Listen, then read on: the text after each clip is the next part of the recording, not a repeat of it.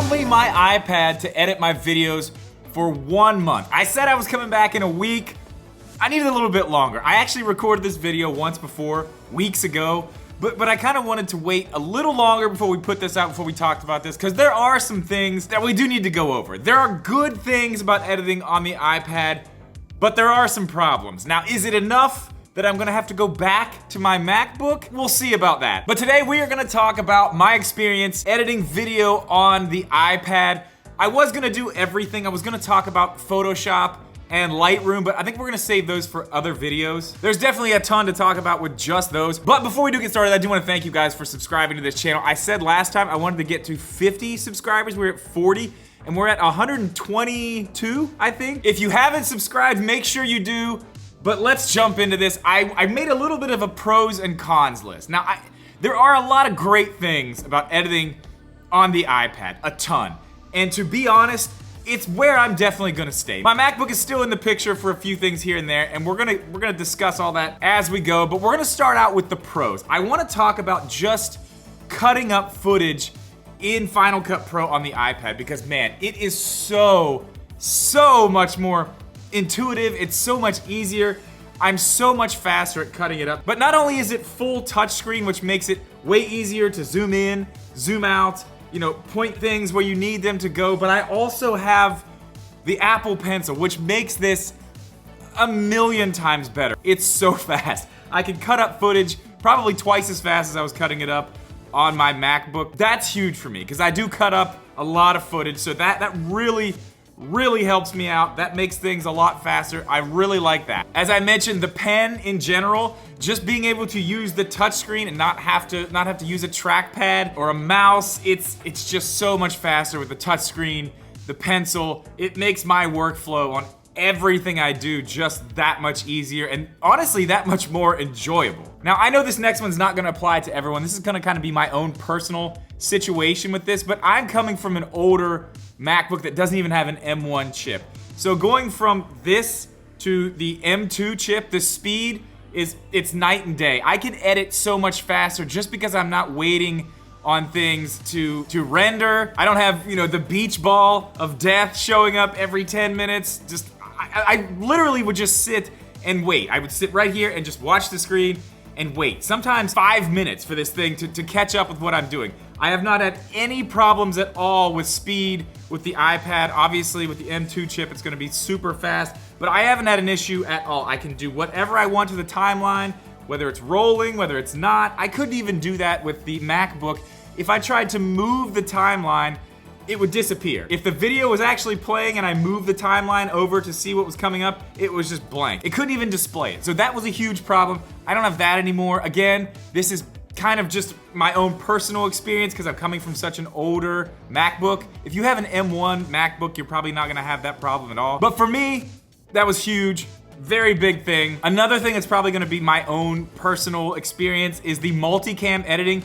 This MacBook wouldn't even do it. I couldn't even get it to actually work. To actually use the multicam editing in real time and pick, you know, which scene I wanted to be shown, it really wouldn't even work. This, it does it no problem. I've actually done my first multicam edit on this iPad because I could not get it to work or function properly on the MacBook. So that has been huge. I've stayed away from doing multicam videos, mostly for that reason, because it's so hard to line the footage up without the multicam. Now I can do it. I don't have to be afraid to have multiple camera angles. That has been huge, and I'm still kind of training myself to be okay with filming with more than one camera at a time. So I will be doing more of that in the future. So that has been very nice too. I do also like the file system on the iPad. Now obviously it's a little bit different than the MacBook. When you plug your SD card in to the side, you're gonna go to the Files app on your MacBook and you can basically just make little folders of every little project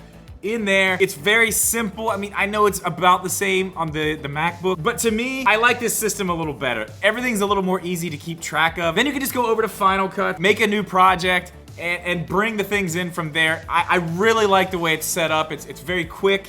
It's very easy. But that is going to bring me to the part of this video that you guys probably are here for, and that is the cons, the things I've been having trouble with. Now, the file system, I like the way it's set up. It's fast, but there is an issue. I had a question in the comments of the last video. Someone asked if you could edit directly off of an external hard drive, and with Final Cut Pro, the answer is no. You cannot do that, which for me is not that big of a deal. Putting the footage on here and working like that has not been an issue at all. I know some people work with a lot of footage and want to have it all in one place, which I understand, but loading it on here, it's still very fast. You know, it's not running off of the SSD, but it's still very fast. I've had no problems with it at all. So that's not really one of my issues, but my biggest issue with Final Cut Pro on the iPad, and I honestly cannot even believe this is not in here. And this is my biggest problem with it. There's more, but there is no image stabilization in Final Cut Pro for the iPad. And I have no idea why. That is something that I use all the time, because the way I shoot my B-roll is I shoot it 120 frames per second, usually handheld with a wide lens, and then I slow it down to 25% of the speed of the footage, so it's slow, which takes a lot of the shake out, but if you put a little image stabilization on top of that, it's perfect. You can't even tell it was handheld. That's not in here. That is huge. That is something I use in almost every one of my videos that I shoot B-roll for, so that is something that's got to be fixed. That seems like a day one thing that should be in there, a very easy, simple thing that a lot of people use. That's gotta be in there. I need that in a future update. I don't know when they're gonna do a big update for Final Cut on the iPad, but that absolutely has to be in there. That is huge. I need it. So another thing I'm not really a fan of is when you create a new project, it automatically does what it wants to do. Even if you go to a custom format, it resets everything to HDR, 30 frames per second, 4K. I wish it would just go to what I did last time. It defaults back to that when you go to custom, which it's not the biggest deal in the world. I don't want HDR. I don't want 4K, and I don't want 30 frames per second. I wish it would just default to the 24 frames per second and all the other stuff I put in the timeline before. That's what it does on the MacBook, which is nice. Usually I don't have to mess with that because I'm doing the same thing in most of my projects, unless it's something where it's 9 by 16, like tall instead of wide, if it's square, something weird for a project like that. Those are rare. Usually it's just the same way I shoot and it keeps that. I wish they would change that. That's a small thing though. Another small thing they've kind of taken out, and I know there are ways to do it, but it's much more involved and it's way slower. Simple things like fading in music or fading out music or fading from black at the beginning of a video. They've made those things way more difficult than they need to be. In the desktop version, all you have to do is hit one button and open up a thing, pull a slider over. With the music, all you do is just pull the slider over. It's very simple to do. You can't do that here.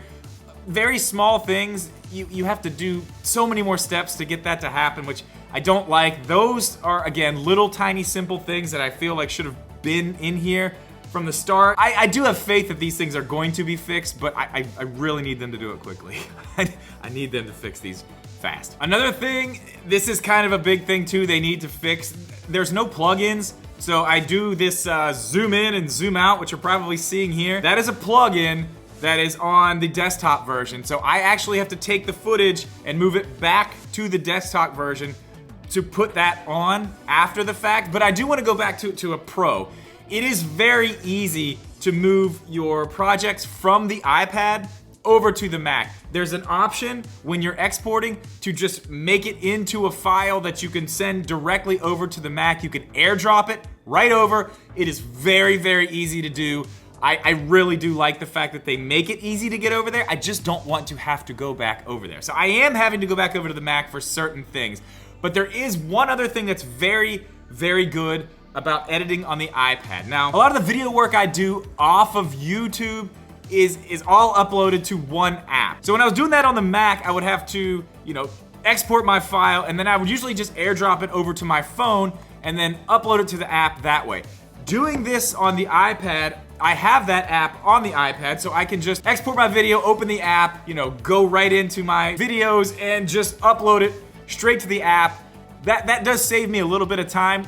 It's a small time saver, but there's a few other things that kind of go along with that save a lot of time. One thing is I use Epidemic Sound.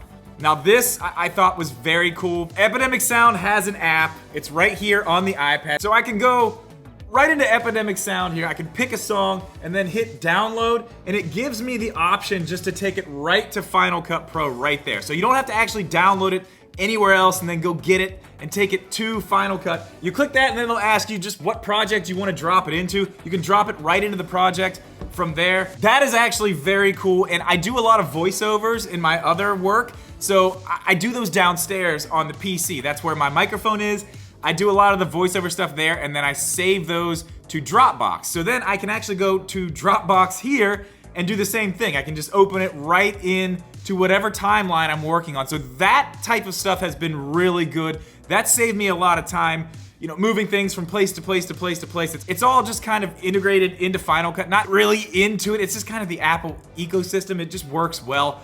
It really works perfect for what I want to do. Again, I have problems having to go back to the Mac.